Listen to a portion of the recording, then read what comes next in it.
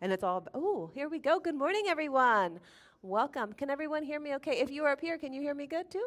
All right, I think we're ready to go. And then we'll mic check this mic over here just real quick for Leif. Leif, you want to mic check yourself?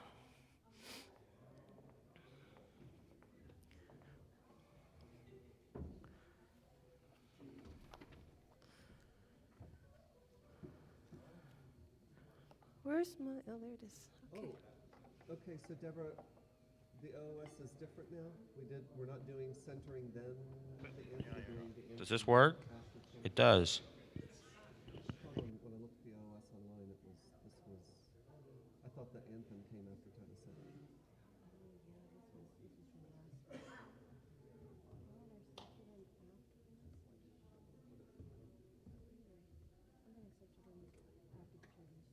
Okay, so we're going to keep it the way it was. Yeah, I think it'd be a nice entrance to this piece because it's. The centering? Yeah. Do you want me to play it all in centering? Yeah. Okay, and I'm going to have to kind of leave and then get over there to direct them to start that right after centering. Okay, we'll have a moment of quiet.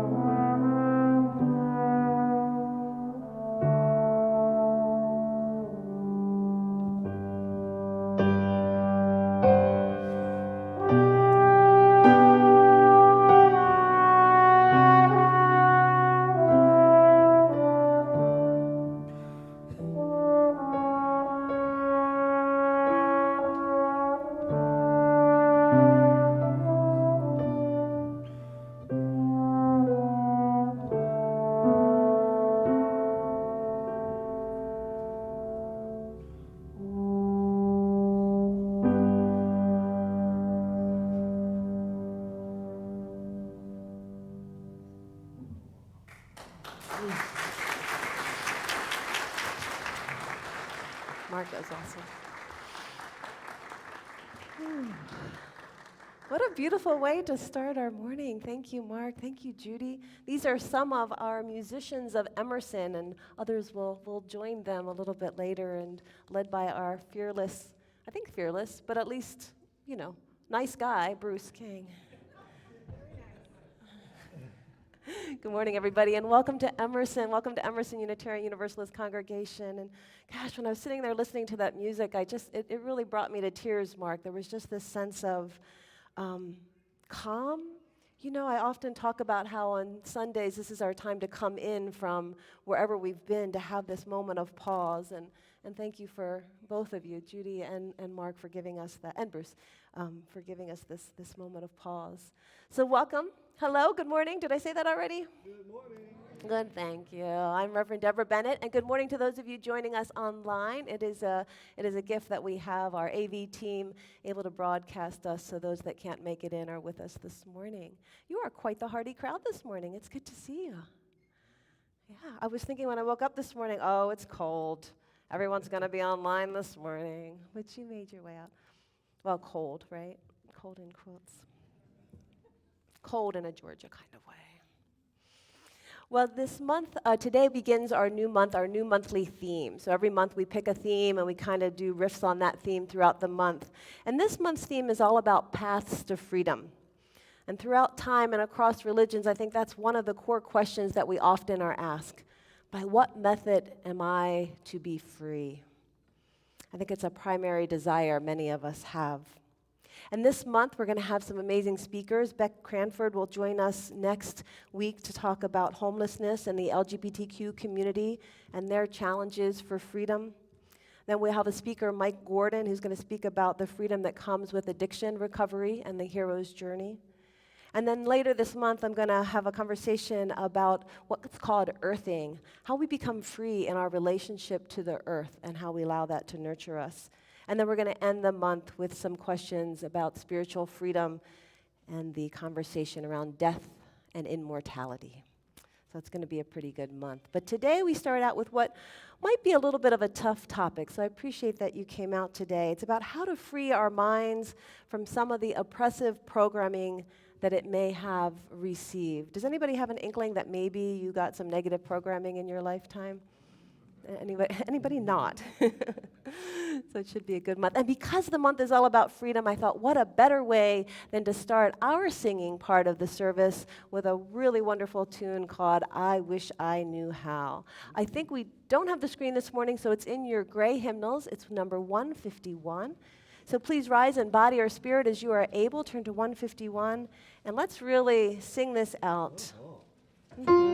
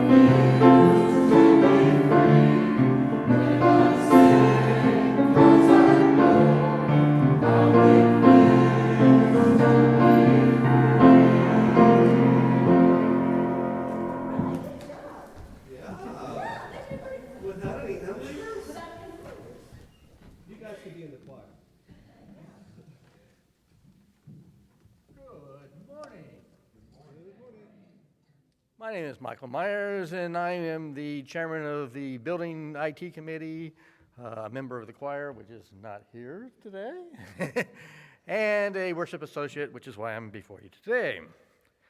I'd like to extend a welcome to each of you today. I'm glad to see you here, especially a nice, large crowd, which is new. Each Sunday, we pause to light our chalice as a symbol of Unitarian Universalism. You know, you'd think I'd have said that 100 times, I could get it right. And our commitment to be a beacon of love in the world.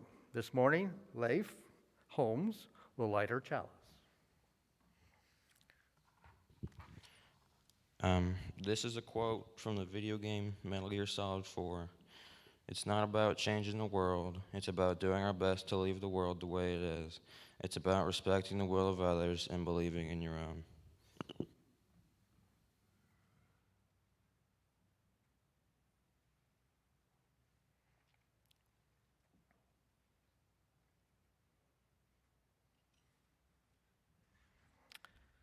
Now, in the spirit of beloved community, let's greet and welcome each other to this new day as we share our congregational affirmation. We need not think alike to love alike. Those in the sanctuary, feel free to move around and offer greetings to each other. For those online, please use the chat and introduce yourself or unmute and say hello.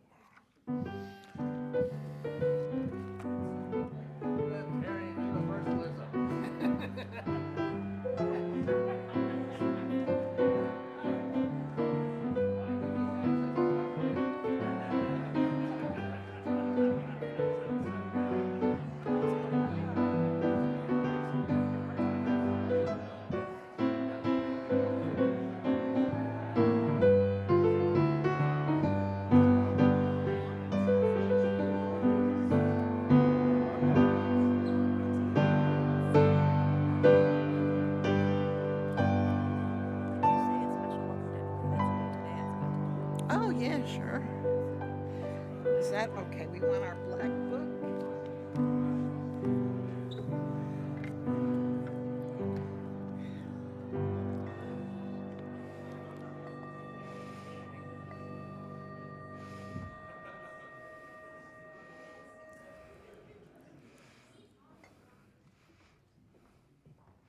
We are a friendly group. I'd like to welcome anybody who's new today, who has just come today or maybe once or twice before. Welcome.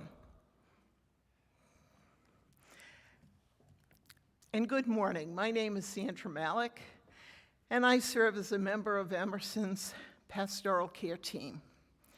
At this time in our service, we pause to reflect and share the joy, sorrows, and concerns of our lives, and light candles of our shared care. Prior to service, we light 3 candles that hold our collective sorrows and hopes. These candles recognize the collective path and suffering of the Cherokee and the Muskogee nations, of people who lived on this land before us. The Africans who were brought to this land and enslaved, and the pain and suffering in all nations of people where there is conflict and injustice, namely Ukraine. Before our service each week, you are invited to add to this care table, lighting a candle for anyone you are holding in your heart. May all of these lights humbly remind us of our interconnection and the impact of our collective actions. May they be the light of hope for peace among all people.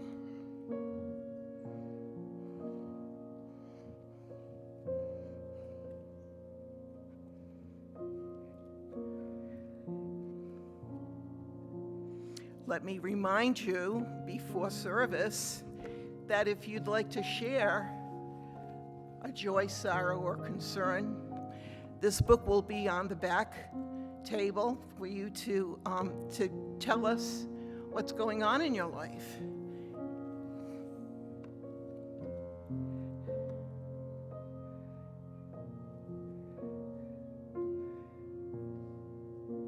Okay, joys and sorrows.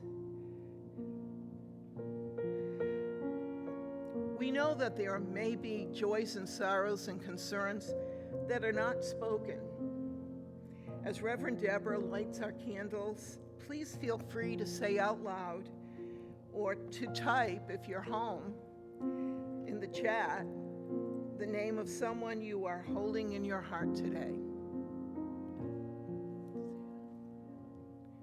Melody.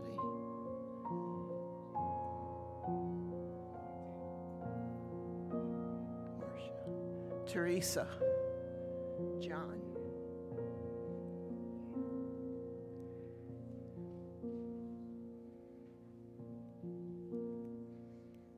Please join me in a moment of silence as we allow ourselves to feel part of this community of care.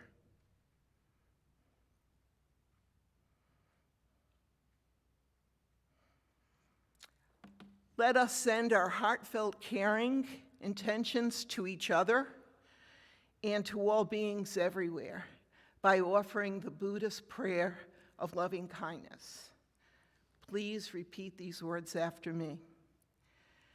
May we be filled with loving kindness. May we all be free from harm and suffering. May we all be well in body, heart, and mind. May we all be at peace. Blessed be.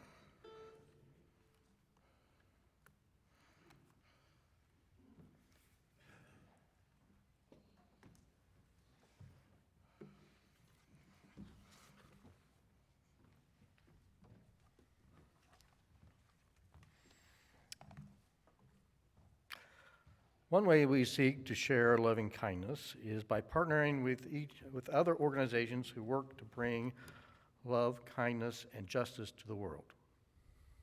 This month, we will share our basket with several partners. Today, our partner is PFLAG of Woodstock. Founded in 1973, PFLAG is the first and largest organization dedicated to supporting, educating, advocating for LGBTQ people and their families and friends. The PFLAG Woodstock chapter was founded in 2019. Their mission is to build on a foundation of loving families united with LGBTQ people and allies who support one another, and to educate ourselves and our communities to speak up as advocates until all hearts and minds respect, value, and affirm LGBTQ people. Our support will help them to outreach to organizations and schools, have booths at events, and to create social events for the PFLAG community. We encourage each of you to support this vital work financially through our Share the Basket program and also by encouraging indirect action. Please offer a donation as you are able, or take one of the cards that describes the way to give electronically. Ways to give are also posted in the chat. All donations, unless otherwise specified, are shared equally with Emerson and our partner organization.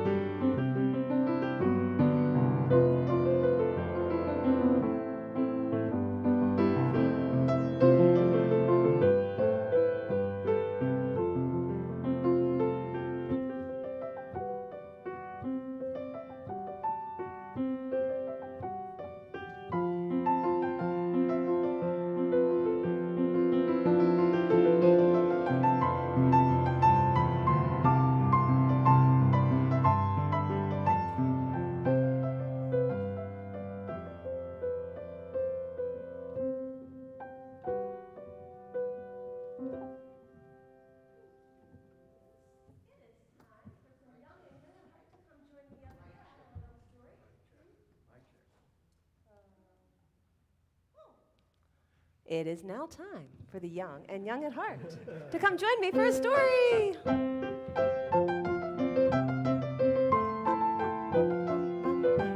Come on around. All right. So, have any of you ever had a story you wanted to tell?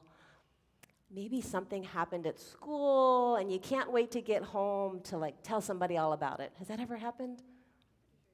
You're pretty sure, yeah? Well, there was this little girl named Janice, and that's what happened to her. See, this thing happened at school. Well, it didn't happen to her, but it happened to somebody else, and she kind of had heard all about it. And she couldn't wait to run home and tell her grandma. So, can we have some running home music? That's what she did. She ran home, and she was like, Grandma, Grandma, Grandma, I cannot wait to tell you what happened. What do you think her grandma did?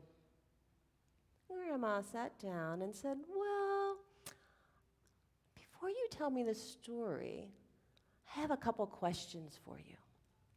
So Grandma went into her cupboard, and she got a few things out, and she sat them down.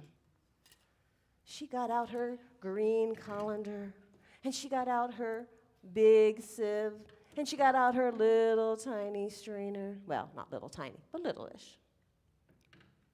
Now, Janice was wondering what this was all about. And Grandma said, now listen, Janice, before you tell me that story, I have a few questions for you. Because you see, it's a good idea before we talk to make sure our words can fit through the sieves. Very kind of colanders. So Grandma got the first one out, and she said, Janice, is that story you're about to tell me true? Janice had to think. She said, well, I heard it from a friend who heard it from a friend, so I don't think it's going to fit through the colander of truth necessarily. So Grandma said, okay. So she put that colander down, and she picked up another one. And she said, Janice, is that story you're about to tell me kind? And Janice was like, oh, well, actually, no. So Grandma said, well, I don't think it's going to fit through the sieve requiring kindness. So Janice said, okay. So Grandma got one more sieve out, and she said, okay, Janice, one more. So it may not be true, and it may not be kind, but is it at least necessary that I hear this story? What do you think Janice said? Yeah. Janice was like, well, no. So Grandma said, I don't think it's going to fit through this sieve either. So Grandma took her sieves, and she put them back in the cupboard. And she said, Janice, let's take that story of yours outside. And so Janice was like, well, what? It's just in my head. She said, I know, but we're going to go outside. So Janice and Grandma go outside, and Grandma gets a little shovel, and they dig a little hole. And Grandma says, you just put that story in here, because just like the scraps of food that we don't need turn into something good later, compost, maybe if we put that story into the ground and cover it up, it's where it belongs, down in there. We won't have to look at it anymore. And that is what they did. And they buried that story, and Janice never had a desire to tell it again. And from then on, whenever Janice ran home and had a story to tell, she asked Grandma to get out her 3 sieves. And you know what? Every once in a while, a story fit through, and she told her grandma the story. What do you think of that? You think that was terrible? You don't want to have to go through the 3 sieves? It's really hard, isn't it, right? Anybody else have any comments about that? The COVID test? The story was really short? Yeah. Should I add some more things to it? No. You think it's good now? We're good to go? All right. No, I'm bored. You're bored now? Do you want to sing the song? Not really. Okay, but the rest of us are going to. Is that true? Was that kind? I don't think so. I don't think that would make sense. Yeah. Okay, so let's all stand up and truthfully, with kindness and purpose, sing our song of dedication, My Dear. Hold my hand.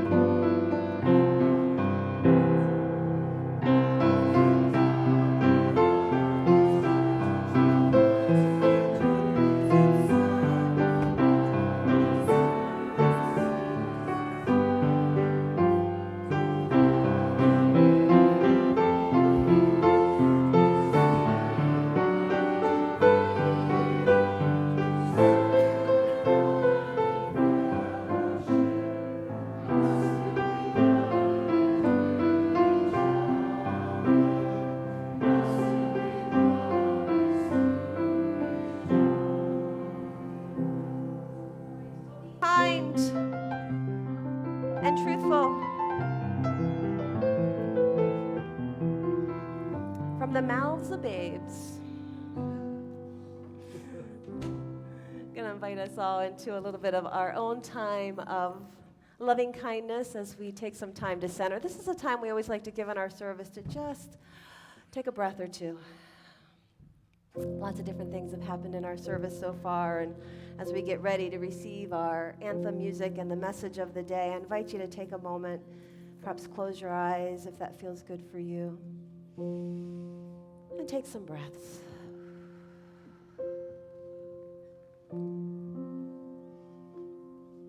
Take some breaths and reflect on your own life as you sit here in this moment. What has brought you here today?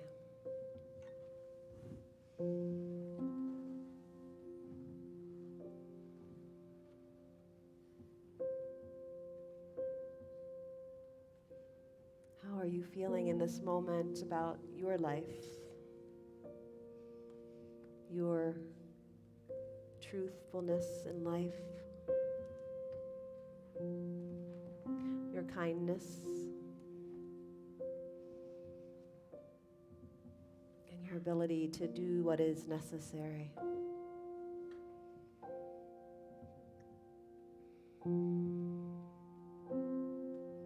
Without judgment, I'm going to ask you and invite you to take a few breaths and sit with and see yourself in this moment as you are. We can only start from where we are.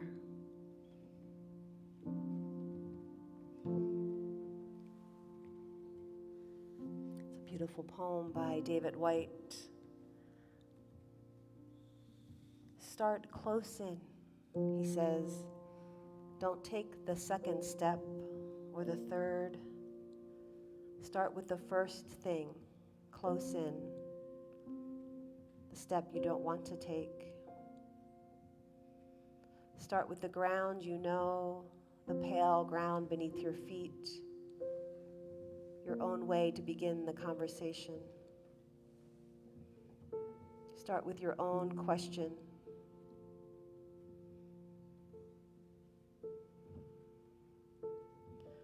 Start close in.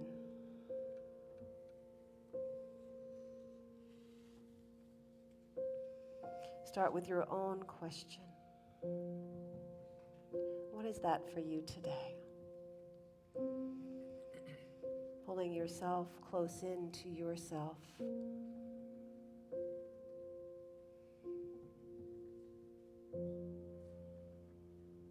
What's true for you?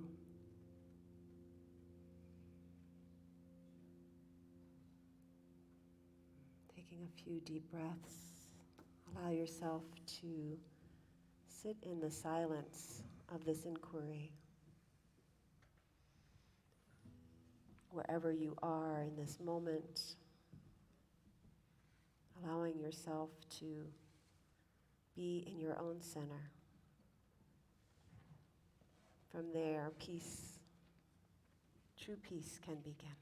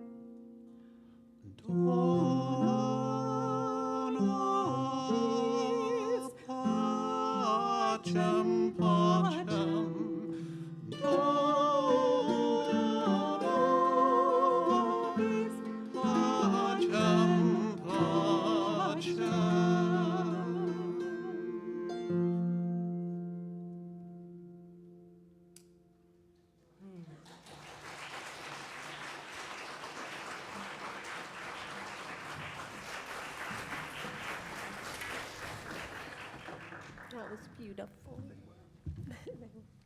Thank you. Thank you for your rehearsals. I know you have been rehearsing that for a while. Thank you for that. Months? Well, you did good. So I have a little story. Where's Maddie? There's another story. It's kind of short, too. Sorry.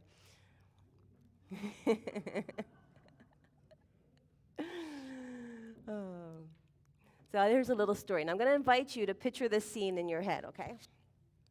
It's about a little girl who loved to dance. Now, others in her family had been dancers, and so from a young age, she knew she wanted to be one, too. And each Saturday and every Wednesday, her parents made the long drive to the city where the best ballet teacher in the region gave classes. On one particular Saturday, as they were driving to the city, they stopped to get gas at the small gas station and convenience store they always did. It was run by a sweet family who worked there together. As they stood by the large refrigerator doors, deciding on which water to choose, they heard a loud noise behind them.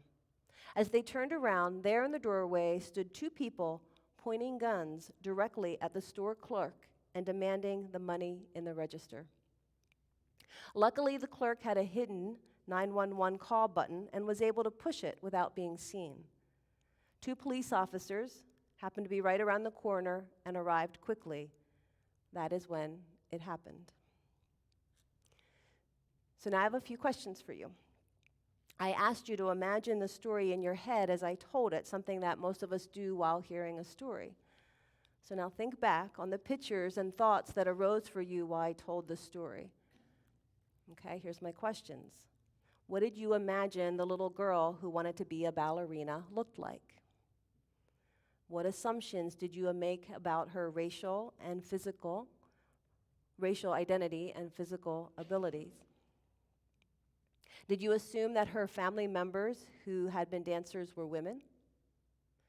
Did you imagine her parents as being one man and one woman? In your imagination, what identities did you give to the expert ballet teacher? Or how about the family who owned the convenience store? What did the people wielding the guns look like in your imagination? How did you feel about them when they showed up in the story? And when you visualized the police officers, were they white men? And how did the story end? Because I did not give you identifying markers for these characters in the story, you naturally made them up as you followed along. And in doing so, you had to make some assumptions. And most likely, those assumptions included some biases. So the question I'm going to invite us to explore today is this: where do our assumptions and biases come from? Are they true, kind, and necessary? Do they contribute to creating the world we want to live in, or do they create the worldview that perpetuates harm? And perhaps most pressing, how do we free ourselves from a mind programmed to bias? We all know that the mind plays a powerful part in our ability to live our values. How it is programmed to interpret the world around us dictates what we see and what we assume to be true about what we see. Yes? The first of three maxims inscribed in the forecourt of the temple of Apollo at Delphi is the most famous, right? It says, "Know thyself." And yet, as people who are often proud of our open minds and inclusive values, we too sometimes are guilty of not wanting to admit our less open, less inclusive, judgmental, biased, and dare I say, suggest racist parts of ourselves that we don't want to see. Last spring, Ed Miller, one of Emerson's founding members, who's sitting right over there, who didn't mind me mentioning his name, Ed came to me after service one day and said, "You should do a service on how we sometimes have thoughts that are directly counter to what we feel is true and right." And he shared his experience with this phenomena of watching thoughts arise in him that he knows are not true, kind, or necessary. Now, what a powerful thing to admit and name, that even as we want to be good people, that even as we hold certain values for love and justice and inclusion, that we can find ourselves caught in a thought that is clearly not aligned with those values. It can be very unsettling and rock our self-image. Yes? How many people have ever had a racist thought pass through your head? Or have made negative assumptions about someone based on their gender, or sexual orientation, or physical or mental abilities, or their ability to speak fluent English, or their level of wealth, or formal education, judgments about their relationship, or whether they are a parent or not, or because of their age. The list of ways we judge and marginalize others is long, yes? Like computers, our brains are loaded with operating systems programmed with how to respond to input. And from a young age, we are taught what we are supposed to do and how we are supposed to respond in any situation. But like computers, not all installed programming is helpful. And sometimes, in fact, it's pretty faulty. How many of you were raised in a household with at least one parental figure with whom you did not then or now agree with about core values in life? Yes? Anybody not? Most of us, right? I sure fell into that camp. If you knew Archie Bunker, you knew my father. Not necessarily in appearance, but definitely in his racist, anti-Semitic, misogynistic belief systems. From as young as I can remember, I remember fighting with him about his beliefs and pushing back on the things he would say. And when I left home for the last time at 21 and set out on my own path, I felt confident that I had left all that behind. I had horrified him by moving into a spiritual community. I perplexed him with my declarations that people of all races have inherent equal value, and I rocked his world as a woman who had her own thoughts and who could financially take care of herself. But if only our brains could forget past programming as easy as they seem to forget where we put our cell phones. Yes. Just because I did not agree does not mean that the programming didn't have impact. Do you remember that fateful day when you realized that you may be more like a parent than you had ever imagined you might be? You're in a situation and you hear this voice in your head. It's saying something you know is not true, but somehow it snuck in anyway. Somehow it was programmed in your psyche. It often includes the phrase, those people. Those people are all fill in the blank. Or I wish those people would do something. Those people should all something. I'm sure Ed and I are not the only ones, right? We've all been guilty of this. Yes? But why? Why, when we hold values of inclusion and justice, do we sometimes hear ourselves being the opposite? Well, to start with, it's not just parents who had a hand in our programming, right? Despite the claims that America is the land of the free, since the start of the indigenous Holocaust in 1492 through the African enslavement beginning in 1619, through the eugenics movement in the early 1900s, continuing through the Jim Crow era and the new Jim Crow of today, and right up to the latest Supreme Court decision to reverse the freedom of bodily autonomy for women and those that can become pregnant. The consistent message delivered in this country has been that certain people are free, or at least freer, while others are clearly less worthy of freedom. To grow up in this country is to be exposed to the idea that white, straight, able-bodied, Christian, preferably Protestant, cisgender men between 5'9" and 6'3" are the gold standard for normal human. Yes? Others who do not fit that profile are to be held with suspicion. And that's most of us. The faulty American programming teaches us to fear darker skin, to assume women are less intelligent and need things explained to them, that being queer is some kind of disease, that immigrants are trying to take what isn't theirs, that disabilities are shameful, and that groups of black men standing together talking are surely up to no good, probably don't have jobs, and must be interrogated.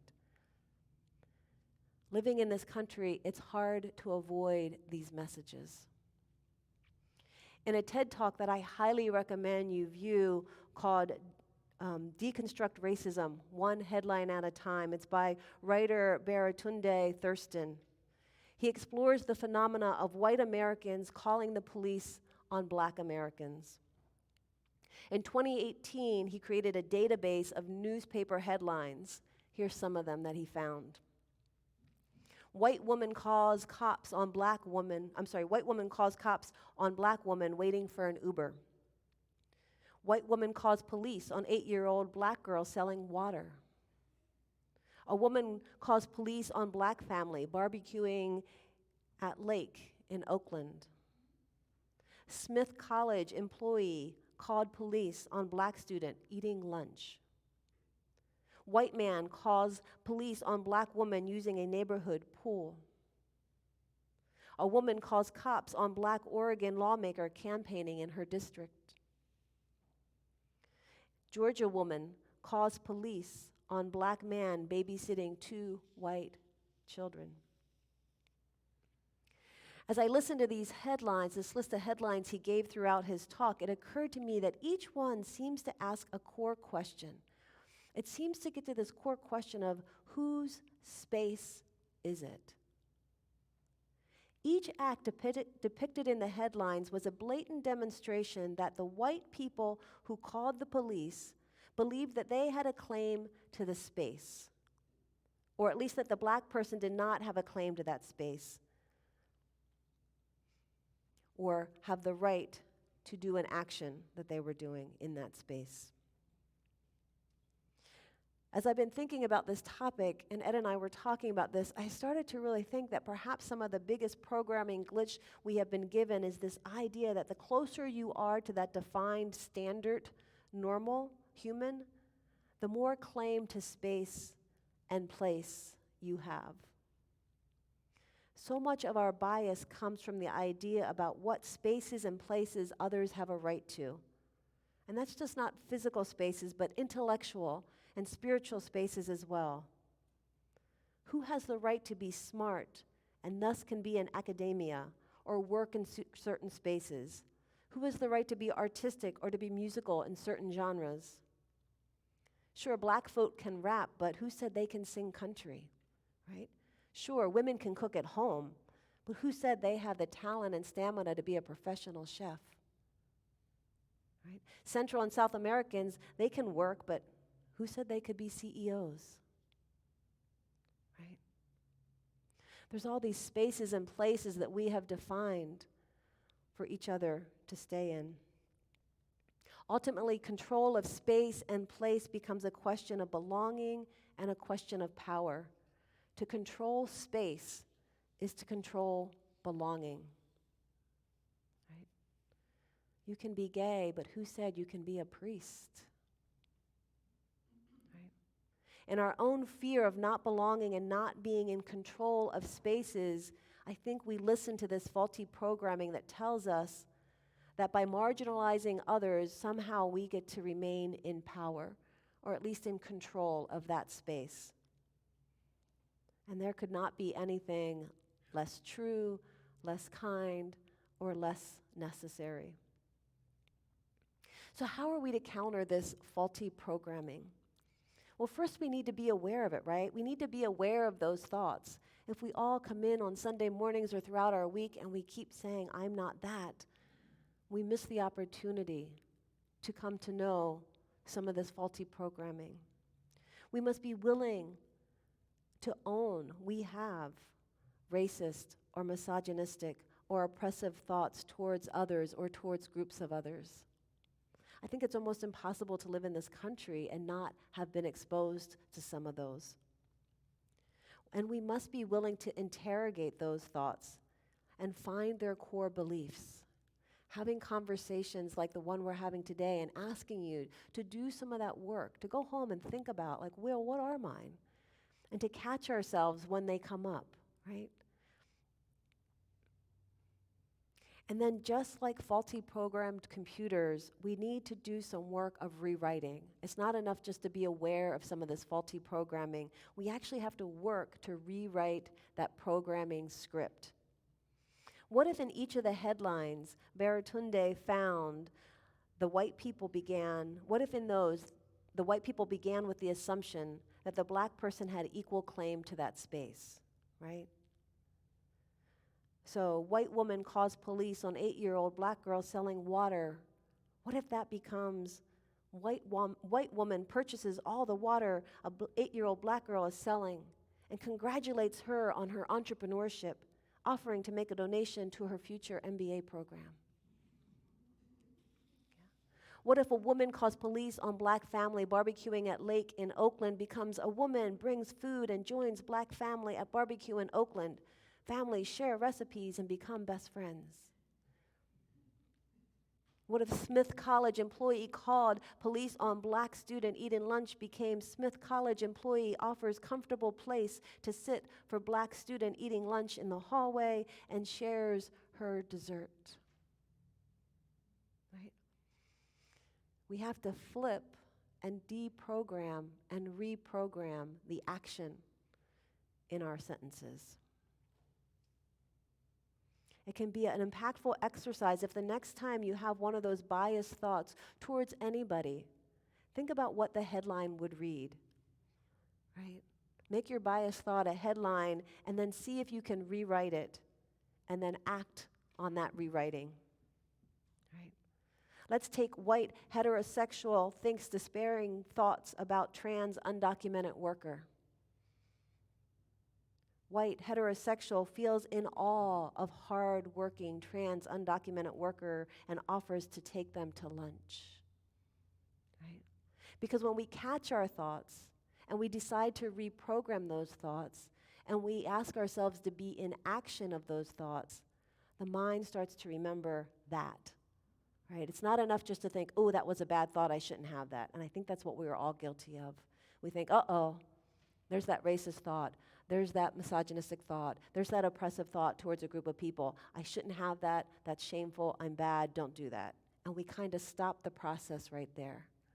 But I'm inviting us to take that the next step. When you have that thought, write a headline as if it was in the newspaper, and then flip the script. See how you can rewrite the script and then act that script out. Imagine a world where white men feeling threatened by seeing a black man jogging in their neighborhood and grab their guns. What if that had become black man jogs through neighborhood inspiring white men to start their own exercise program? Right? We laugh, but I think it's possible, right? We may not be able to fully erase the faulty programming we have been raised with, but if we can recognize it, and if we're willing to rewrite the script and then take action to counter the thoughts that arise, instead of pretending they are not there, we will begin the long process of reprogramming, and our world will begin to reflect that reprogramming. And one more thing. We must commit ourselves to the work of changing the narrative and programming that our children and youth are getting right now. Right? They are the adults of the future, and how they are programmed to view themselves and to view others will impact how we all get to live in the future.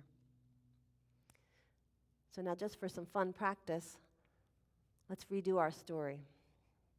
Picture this scene in your head. It's about a little black girl who loved to dance. Her uncle had been a ballet dancer, and so from a young age, she too knew she wanted to be one. Each Saturday and every Wednesday, her dads would make the long drive to the city where the best ballet teacher in the region gave classes and accommodated her and her wheelchair. On one particular Saturday, as they were driving to the city, they stopped to get gas at the same small station and convenience store they always did. It was run by a very sweet white family who often worked there together. As they stood by the large refrigerator doors, deciding on what water to choose, they heard a loud noise behind them. As they turned around in the doorway, there stood two women pointing guns directly at the store clerk and demanding money in the register. Luckily, the clerk had a hidden 911 call button and was able to push it without being seen.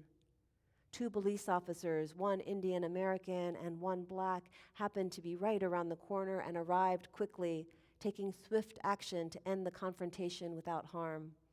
They assisted the woman in getting the mental and physical help she needed, and the woman never engaged in robbery again.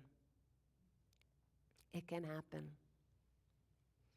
The assumptions we make, the biases we hold do matter, even when they're just in our heads.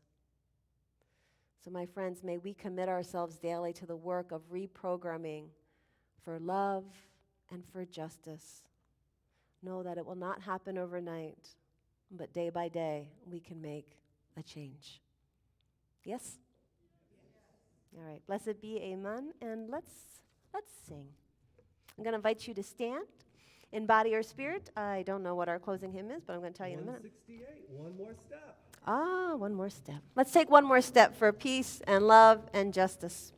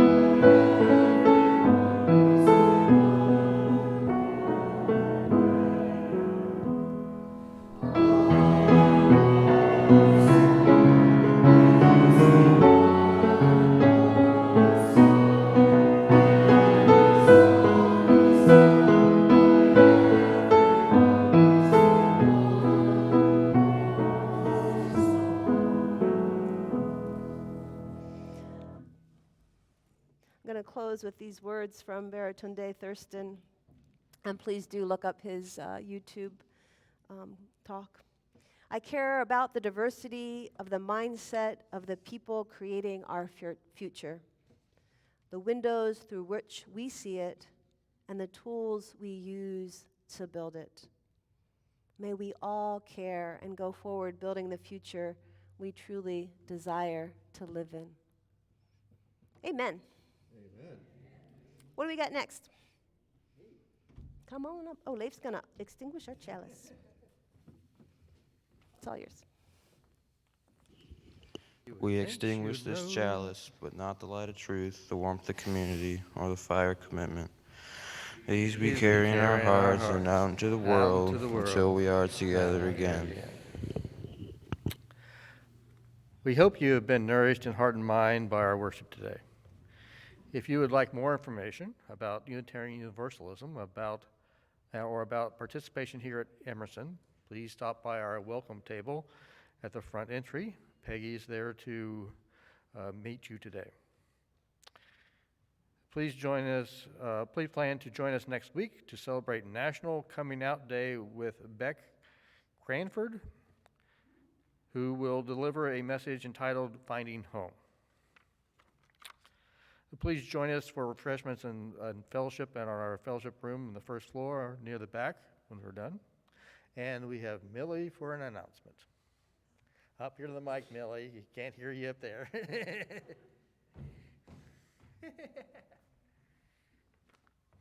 I'm going to ask for help from the garage sale people. When you, for three things. Number one, when you get up, will you take your hymnal to the back and give it to a greeter? Number two, if you're strong and handsome and able, could you pick up a chair and put it against the wall? So those are three things we need to do so that we can get ready for the garage sale. And thank you very much in advance. We'll need to leave the first row here intact for the sermon reflections, but the rest of the chairs need to be put up against the wall. Thank you. Thank you, Michael.